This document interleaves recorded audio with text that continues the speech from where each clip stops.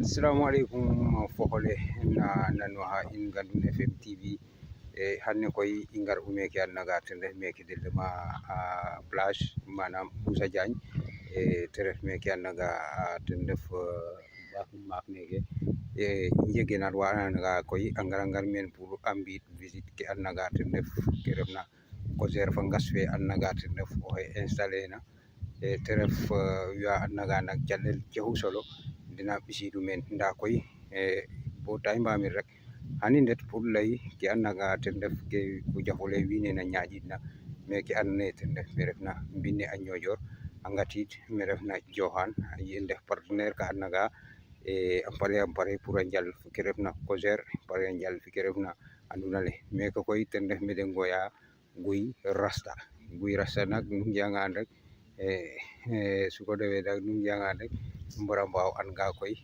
machallah alhamdulillah jaajëf.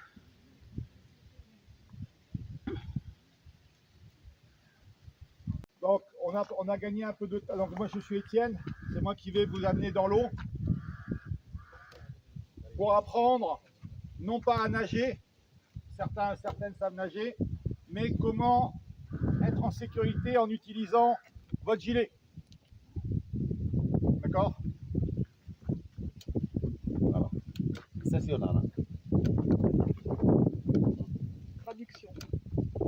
Voilà, indique que tu as nous, refait Etienne Noé, que n'a pas fait na pauvre. Et pour la nous, refait pour la nous n'avec, pour la nous, n'a pas refait en sécurité, nos marques de consulter.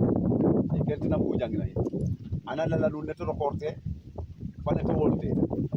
Et nous avons un gaïtam à la jante pour te dire. Alors vous avez vu qu'il y a deux tailles. Donc il y a la taille plus de 70 kg et vous avez un petit tableau derrière d'étiquette. Quand vous avez un tableau avec une croix pour les grandes tailles. Et vous avez pour les petites tailles la même chose avec un tableau avec marqué moins de 50 kg. Donc pour les petits enfants, d'accord. Et normalement, quand vous aurez l'autre carton, il y aura une troisième taille pour les plus petits. Pas les plus petits, oui, les plus petits. Les plus petits, oui. Oui. Ouais. Ok. Il y a 30 à 50. Voilà. Ouais. Il y a 30 à 50, il y a 50 à 110, il y a 110 à 80. Voilà. Voilà. Donc, à final, quand tu dis que un jour, mec, à Djajoha Anonaga, Oyeke, 70 kg. Voilà, Kahupuna. Dao Heke, we Anonaga and Jaye pour 30 kg. Bon 50 kg de Nando Quad. Bon 30 pour 50, Rokuangan, our Hamuakin, la pauvre. Et our original at 70 kg. Voilà, Kahupuna, or Rokuangan, la pauvre. Voilà, donc, quand tu as expliqué, à Jaffa la Casana Anonaga et Kesne, Anjaha Waha after 50 ou 70 la digante e tinara donc wayta mo roko na boafane yana wa mo hak. Alors à quoi ça correspond? Ça correspond au poids et surtout au volume. Le corps dans l'eau, il flotte. Sauf que le corps il flotte mais on a la bouche dans l'eau. Pourquoi? Parce que dans le corps, la tête, c'est ce qui est le plus lourd. C'est pour ça que quand on s'endort, hein, on fait c'est le poids de la tête. Voilà. Donc pour pouvoir avoir il faut avoir de la flottaison qui vont vous lever. C'est pour ça que le premier exercice que vous allez faire, c'est sentir et appuyer. D'accord, je vais vous faire appuyer le gilet dans l'eau pour que vous sentiez bien la force, d'accord, qu'on appelle le Newton, qui va remonter. Et c'est pour ça que derrière, quand vous êtes dans l'eau, la première chose qu'il faut faire, c'est poser la tête. Hein, poser la tête quand on est là. Il faut faire fonctionner ça. Pas rester crispé comme ça. Il faut poser la tête. Il faut poser quelque chose d'un plus lourd sur cette partie-là. Et après on flotte. Une fois qu'on a réglé le problème de la tête, le reste vient. On attrape notre gilet. C'est bon. Ça, c'est quand on est dans l'eau. C'est quand on est dans l'eau. Voilà. Voilà. Donc, kete buna lay me kete na. On tay ke kete que okino kinna ne jemmo yo fofotna bande poids fo age nori ci katina bula lit meke. Donc, te ref ka do ga je jonjiri da tele mom ga oroka nga na fofle. O e ke bo oroka na fofle wara ref toko. La position bande nu gene terok tuna. Kon refe ga gar ka gar for tay bi. Parce que yi hole heje men. Da nene tino o genorit ka o rokna nga nene bo pare ko tourner in o tourner nga te jang position o xumin bete fa o tanga bo fi tam baro jang nene rek fi nene ya wa jang appesanté to ko poil to ko o gilet poids fane o fota fot fa poids fane no gilet ten taw bete wa kamos donc o fianga ma wa har o tanga bo wondo keti ke ke ngena yare warro wa ho geno nene rek dans ka dom mais o hayanga so wondo ten nene yana ana haknom o yake ana hakin jemmu fane o yake hakin ihole parce que ihole alema te muñu met na jemmu fane bo anona gawr tanga bo ji pasa e ihole beaucoup na fois ka fop tena expliquer anen donc c'est bon. Voilà. Donc chose importante, si vous tombez à l'eau, d'accord, ou si vous êtes obligé de quitter la pirogue pour plein de raisons, il faut attraper une main, d'attraper votre gilet comme ça, et l'autre devant la bouche. Pourquoi? Pour pas être surpris et pour pas absorber de l'eau. Pourquoi? Parce que l'eau est froide, et quand on tombe dans l'eau froide, on a tendance à... Donc, on met la main devant. Si on a peur et on aspire de l'eau, là au moins, la main, elle nous protège. Voilà. Dicte arvanga to tiya hewa jaka hewna son accident ne wala wa borok na fofle ortanga bo hat watan sukune borok kam fofle nanga nango o janga o bayo lengole tano dona meke o te hakinno o jilele o bayo lakasole o dorin meke mbami no jusole pro nanga muda bar fofle baro heda lay fofle i parce que o heda nganda kana bloqué yo i ka ko iten def kete expliquer anene voilà. Donc, une fois qu'on est dans l'eau, on écoute, on regarde autour de soi et on va se déplacer, non pas pour rejoindre, pour aller loin, mais pour se regrouper. Donc là, comme ça, je vais ouvrir mes bras et je vais pousser. Alors pas ça, hein. Ça c'est pour la piscine, ça c'est pour les Jeux Olympiques. Hein, c'est non, ça c'est rien. Non. On va simplement pousser l'eau, d'accord? Quand vous ramez, la rame, elle est dans l'eau, elle n'est pas en haut. Donc c'est la même chose pour être efficace et on va se regrouper. Venez toutes les trois, venez. Donc, voilà, c'est ça, et on pousse vers les hanches. Non, pas lever. On reste l'eau. On ne fait pas ça. On reste. D'accord? Voilà. Et le but, c'est de s'accrocher par... Voilà, là. Voilà, là. Pour se tenir chaud. D'accord? Et s'il y a des vagues, on va faire le plus gros bouchon. On va faire un bouchon pour monter, descendre sur les vagues et se protéger. Ok, ça c'est important. Traduction. Voilà. Donc, kete buna la nu metande o tetanga boro kam pofle e abwa bu comme o hajiti hovin no nanam arefa ngato bwa bo yake keten sukom na pofle. Voilà. Na indik no jangata nga o warata nga déplacer ananga kiya wena mbeja mbiyane na bayake alima wa faahe indik ne ki faana ten def comme fofle ten sohlo yo kono nene bu ko fita bayake o kam fofle o bu ko dakinta a cinya bu ko ngata a jufa mbambe la fa indik ne nu tanga bo mbi tam regroupement fa ne ketanu anene pour num va ho mbaji ke refna ya hale parce que refa nga to bu tabu a jeja sumana la nu sohlayna refe ya nana mago na da war fey bo regrouper o pa mi yono indik ne nu sikir nu sikira nga nene te nata ka bo yahale je ke dole kam nun to anu jiya suman yi kente na fiya nene teni itam poiva ne kedi ke nun parce que a jaje poiva na sikona waka je poiva tiskina mais nu bokata na jile ke nun tena upa keke naman dole tena moja sikanun yi kente obete bu nu sikira. Okay. Voilà. Il faut les jambes, elles savent à rien. Hein. On se regroupe, on plie les jambes pour garder la chaleur. À un moment, s'il y a une pirogue, si vous voyez une pirogue qui arrive, un avion, un bateau, là, on va ouvrir, sans lâcher, hein, on va ouvrir le cercle. On va ouvrir le cercle. Ouvrez le cercle. Voilà. Ouvrez. Voilà. Levez-vous. Voilà. On va ouvrir, ouvrez. Voilà. Pour que le réflexite, vous voyez que quand il est comme ça, le réflexite, il ne fonctionne pas. D'accord? Pour être vu, la couleur, le réflexite, il faut faire une grande tâche. D'accord? Donc on va bien se mettre à plat et ne pas lâcher les mains. Gardez toujours ensemble. D'accord? Voilà. Donc, alema arefanga to avion waru hotida nun walla instructeur waru hotida nun ana num mof la mof akungale num kungna ca make nun itam pour num baxo onje ke ka sumana ref na ndik no tanga bon sentir ga avion ale ayor wanun walla instructeur mata nun num baro ino ndik ne nu sikir num basir ay lingir na nun lingir dina mais ba num basir nu sikir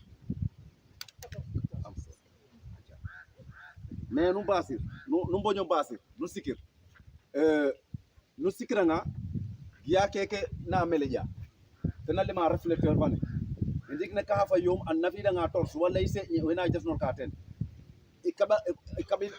ikabil lenga refka ikabil maka fika safale ano gitte nata ka bote am telinongi e ka haten waralu ndiori keke o liete farkam te farta fin voilà donc keke nene tena sobea tena lalta ndef signal bane anona ga tam ko lalta way ref na kam.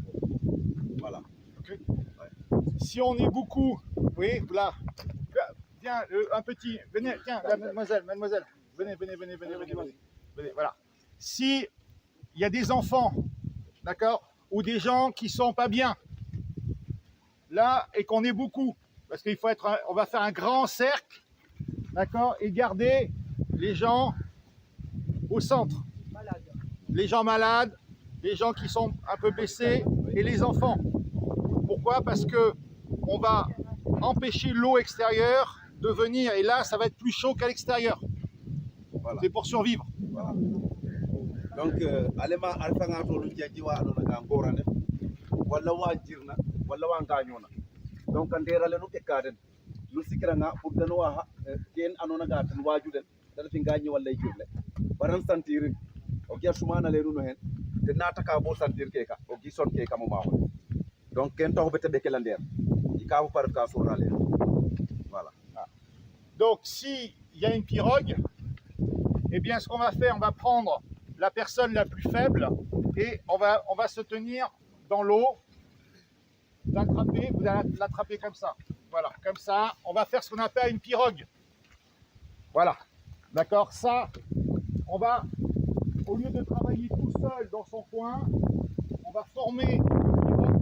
On va travailler à 1, 2, 3, 4. Donc être beaucoup plus efficace. Mais pour ça, on va attraper les jambes, on va attraper les jambes. Non, regardez, il faut, non, dans l'eau c'est plus facile, mais il faut attraper la personne qui est devant vous, au niveau de la hanche, avec les jambes. Ouais. Voilà. Vous voyez? Voilà. Voilà. Et on va s'accrocher comme ça, OK. pour avoir les bras libres et pour pouvoir Partir en même temps. OK? Pouvoir se déplacer en même temps. Voilà. Et alors, tiens, il faut 4 hommes, 4 costauds. 4 Ouais. costauds. 4 costauds, les costauds. Allez, 4 hommes. Derrière, je vous explique ici. Voilà, parce que ça, je veux bien. Vous êtes là, vous êtes tranquillement. Voilà, vous êtes tranquillement, hein, vous survivez, fatigués. Voilà. Pour les hommes forts, on met déjà les guillemets correctement. Non, c'est pas bon.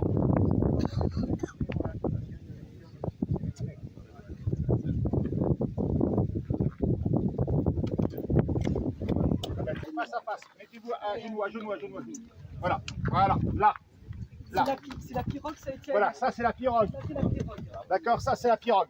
D'accord. Donc ça, une main, et vous attrapez la jambe de l'autre. D'accord, et comme ça. Et venez. La chambre du monsieur en face. Non, Voilà. Ou alors, on croise. Non, pas forcément. Il faut qu'il y ait que des genoux ici. Rapprochez-vous. Tenez-vous bien. Vous allez voir. Voilà, là. Et vous, la mademoiselle, vous avez monté. Vous voyez, voilà, l'idée c'est de monter, faire un escabeau pour monter dans la pirogue. Quand on remonte dans la pirogue, Qui ne savent pas remonter. voilà. Oui. Surtout quand il y a une pirogue un peu haute qui On va la remplacer, elle n'est pas Oui. montée. Voilà. Voilà. Voilà. Non. Non, Ngaay. à genoux. Vas-y. Voilà. Et toi tu attrapes. Voilà, on va monter. Ok. C'est en fait la flottaison du gilet, d'accord, qui va faire que on va pouvoir monter. C'est bon? Adama, tu expliques en fait Voilà. pour remonter dans la pirogue quand la pirogue Karim. est très haute. Voilà.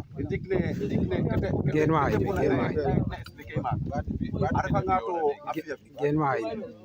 A sikiranga nana oye andona ga te moƴu new walla te moƴu new katan walla ye jirna te na yadwa oye refna tokum a ref tokum nen nun mbiit ka raman après o kino kiin a accrocher a janga a ke paya caɓa ke ten took no yete refna i safale ka xa fay o ten na taka bo nu mbor meke nu mbaro ngar meke ko nu mbiida nene ɓaya ke nuun nu mbiida nene ɓe ƴiɗa ngara voilà i ndik ne nu ngaranga bo ɓe oxe andona ga te yadonu o ndeɓonge a waranga ngaay c'est à dire i sukna goɗa goɗ took ke te buna expliquer comme i sukna goɗanga took i ndik ne weke andona ga den ndef wenu yonit na a mbaro mbi nene pour a mbaxon tax bete refa escalier o xeke waaxo weƴiid a ŋaayid mais a ɓodid fi kuɓayu safa le a ŋaayid a garanga bo meke mi he kam i sukne safa le mi fana mina yot kante a ŋaayid nu njane te fina sa garanga oxe refnan sukne ten na sikkan a yoɗin a fi'na ciin doole parce que nakat yate katan fam mayu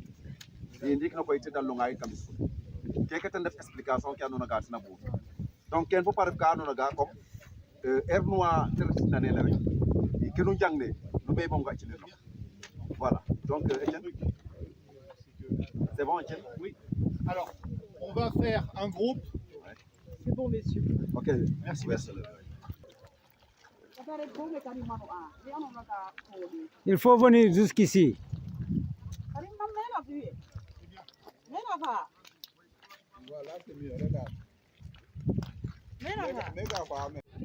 Voilà. Ingeno hanne koy comme ni laytuna nun formation fane a fiye ba pare yon fa we annaga den def ñoo far i mbiya formation fe weke a ndef participant ke we annaga den def we ngaɗɗina mbinna falya pour a madid ke refna ketige parce que commune fane ten ayeyu hanne a ɓeera Foundiougne a ɓeer Djinda a ɓeerid me refna na commune de Dionewar kon a ñoƴor Dionewar falya tena refu ne ñalni hande i ngeno koy fo xeke annaga ten ref Moussa Fade i andina paax na ke refna a yo'nu no saax commune fane na politique na activité nu te wana ref kam commune fane rek ino fop i anan ten depuis yaxa bo fa ndiik te ref ten kon Moussa in way simna assalamu alaikum waaleykum assalam gidma nuun noye aduna ye nuun teewno men askan fane na jega men nuuna dawnan askan fane ke i mbugna layna formation fane ten refe a jega o njiriñ lool i ndigilo ñoomin ga i ndef antel no maak nda a jega jeg kam mayu ka andoona ye a yoqta yoqit ke yoqitna koy o teni motole egu nene ten refe nu ndefanga suk parce que ten ngenu to jiye ne ñaka i saliran koy nda ne ñaka a tax ka tax bo nan nene jega nga rek i mbaago mbi na imbina o sot an ke adna kote najiga na waxtu fanaga te ref isukarim isuka sago a urajet jeeru to waag na ref rek xani adna i mbaag na mbi bo waaga ndef na no maagole mbala waaga ndef na no jee fanaga i mbaago mucla den soit de sik gelé wala de ñako sik gelé technique kaga i njangnel pour wiiraga adna ye den di ref na tolof fanaga de mbaago mucc fen tax bon le a jega o njiriñ lool ndigilo ñoomin ka i ndef o maag i ande nda a jega mayu ka andona ye a yoq waaga be taxe bo waago suto kiin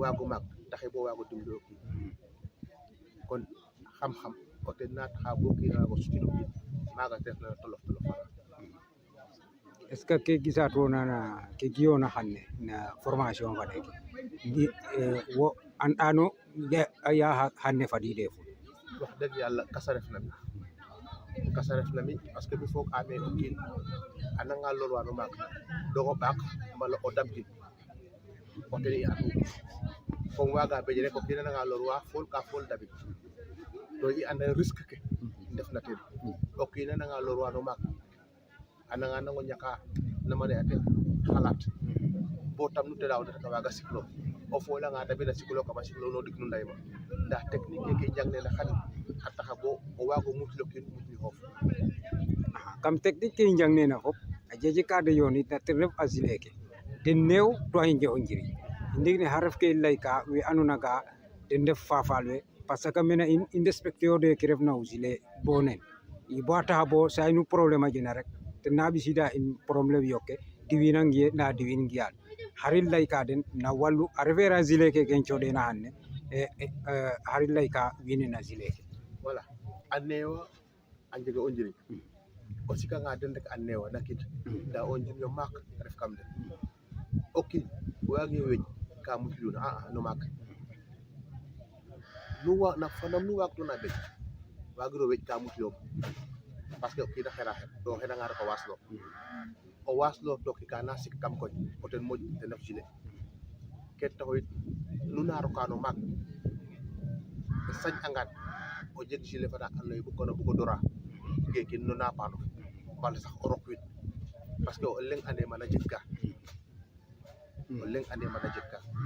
to ke waagoma mucin o ten waro yoonta ane walol nda jega njiriñ mon sañ angan nu na roka no suk rek o jeg gilet foofu voilà kon ino ñoomin kay ndef voilà i ngiya ke adna ga ke xewna gala to sawle medel le a 6 kilo te ref accident fa jedina i ngiya mesure ke andna ga ten ref ke gouvernement fa ne jangna na wallu chauffeur ke fa we ndefna a moto 2 roues ke kon ino koy bo njangane mesure fat ino ñoomin kay tam i njangana in a ko in mesure telo préparer bo ka a xelna fadida tokin kon Moussa ino njoka njalam remercier am na disponibilité fane lema me njarama merci mbaro mbaxa beƴ mbaax aussi ne andona nga o kiin a refanga no maaxole wala wo fay wo refanga no maaxole ne warona waaxo fi bo waaxo muciro kiin ken te reɗu formation fane xane ka jina solo a fiyel na département fane fop Foundiougne fa 3 commune ke ndefna arrondissement de Niodior donc commune de Bassoul Djida fa commune de Dionewar hande koy a reedu ke dajalena mene no commune de Dionewar en tant que chef de village vraiment in way ngidma association fe nade Cap Niofar ngidma coordinateur ke ngidma relais ke ngidma we signataire ke fop te fadiid ke a jega solo trop a jina solo trop ata fa mi mbatanga meke we ngareerna ani mborme a den itam pour deno itam ino fop ñoomin kay ndef deno itam a jega ka ga a garanga na in rek de mbaaw soɓe ke refna yoon den te ref ke dige formation fane moom we former ena to parce que ti o former enge o pratiquer a donc xana permettre a den de mbaxa pratiquer a to we andona nga former yan donc wen denam ngat ka xini a mbato former lakas men mbika rek bo i mbaxangan we moƴna wala saate fane fop de Dionewar xane o kooro an ne andona nga nen waaxo fi ya jegona jeye no maaxole pour sauver xoox mais pour sauver ale wiin we andona nga den yoon to wala o soɓa den ne jeg problème donc ken xaye so trop gidma nuun a paax kon jerejef donc kon toko Modou Lamine Ndong waxe gar lam o ndaawole chef de village de Dionewar kon jerejef Diop ne njoka njalam a paax simnana ino koor wa jeɗana no wod yalo i miñanin ma trop jërëjëf jërëjëf merci Kandul FM voilà comme ni mbituna fo fop rek i ngarɗu meen xanna koy keke a naga ten ref na formation fe ndeɗine te ref ne o kiina wareena sauver it me a naga ten ref no ma ka and naga yoone fa coono fa leŋ i ndeɗu ten itam fi partenaire ke wa ngatna meke français ndefu a ngar meen après xan Adama présenter a in wiin anina ndefu i mbi'a formation fane bo i pare'a o xeeke a naga ten ref Adama comment dirais Adama Faye a ref oxe and naga ten ref oxe jiiteyna ke refna ndikorik ke fop ten i ngenoortu nene i mbo njetaay fo ten na ke and naga ten ref ke refna formation fane kon Adama in way simnang voilà Elhadji Ndiaba Loul en defetluwi wa invitation fane parce que ka jena solo ten a ref voilà donc te ref ka andoona ka wax deg partenaire keke miña njala mais na domaine fa lakas i njalew mais 2018 tenang etu ngar meen a mbi sécurité en mer voilà donc na gileke a moƴo yaaj 2023 fe ka moƴo yaaj parce que we mbertidin fo ñun a mbiya maaxa le 14 le 16 de mbi'in Tirnda le 18 de mbi'in Diowane le 20 xanne de mbi'in a Niodior nda ken fop point focal a ndefu ka andoona ka par commune ten a njalu voilà donc te ref ka andoona ka refe pour jangin o kiin a mbejale nda pour lalin na nama war waago fi'ya tiya xewna no maax namo o gilet le a reporter parce que gilet ke de ɓisitna qualité ndef nda ne i anditna o gilet itam par keke de ɓisitna fo xe ndiik ne de lala in ga o gilet le nene ten a reporter o gilet le nene ten a xumte na o gilet le yit o retanga bo ref bo jeg foofi o jeg accident no maaxo le na nene waru waaxo fi pour waaxo sauver ndiik ne ke andoona ga yit ten ref a refanga to groupe muma refu nenu mbarna mbita den ten fop a lalana in i te ref ka andoona ka jena solo ten a ref kon a ngeɗa in koy pour i mbaaxo restituer Ndiori ke ɓaato saɗakino fi wiin we en content ten itam parce que sélection fana i mbina chef du village in way teen service technique ke comme nena wena CLPA way teen i chef de poste oxey teen andoona ga ten ref service de pêche oxey teen i nda yit a jiya wa andoona ka wena AMP fane ndefu i agent ke teen keti ke way teen voilà donc te ref ka andoona ka riche na ten a refu nda yit i mbecce we andoona ka den ndef école ke i waxa faako den directeur ke école ke caate tadik ke fop i mbi'a den i den cooxtiid wiin pour de ngara participer élève ke fi wena njangna it ɓaato sélectionner itam we andoona ka den ndef wena les éco guide wena touriste fane voilà wena cogère itam yoke a ciiñ parce que wen comme den suku den na saytuwa ke andoona ka ten ndef karange fane ressource ke na caate ke wen itam a mbeña teen i de ce fait te ref ka andoona ka jena solo rek a regrouper caate ke meke pour i mbi activité fa leŋ ken laltuga ino ndeeru fop yo leŋ waxe rek a waaso ken donc i ndefetluwa to ɓaato encourager a wiin we laam keke weke ɓisitna itam a cooxta teen directive ka andoona ka o gilet le bara doonel a lang bara dakel bara moofel i fata entretenir a wa xafi fo yaalum 10 ans ya andoona ka ne de laytuna sigta nen kon ken fop a ref bénéfice ara andoona ka faana ten a ref o kiin a warino waaxo o respecter i kon i mbaro mbaaw ɓaato saɗakino ken bo bar de njeg ka feɗarna ten parce que a mbuga ndakooɗ mene kine i ken daal ten reɗu grosso modo résumé fa nene andoona ka ten ref sécurité en mer faneke wena kap ñoofar den mbiyun i waxa association fa Ngasare ɓaat ne fi nda oxe fira jaliid mene in kap ñoofar ten a refu oxe andoona ka ten ref coordinatrice ten ref Véronique oxe te yoonitna oxe andoona ka ten na fi'a formation fane wa a ref Etienne voilà donc ɗik weke den ngaru meen a mbiyanidin den ndoku kam anduna le a mbiyana wiin we sécurité fa neke parce que ngiyaga comme numa i ngenu rek a jega secret ka andoona ka i mbarana mbaro and ken taxu bo wax deg i njexe i ndafid den na mbaasa den bo yaale andoona ka ten na fi'a te jena den jam voilà ken daal a reedu i ngidma to sant a paax jërëjëf in way ngidma a paax na disponibilité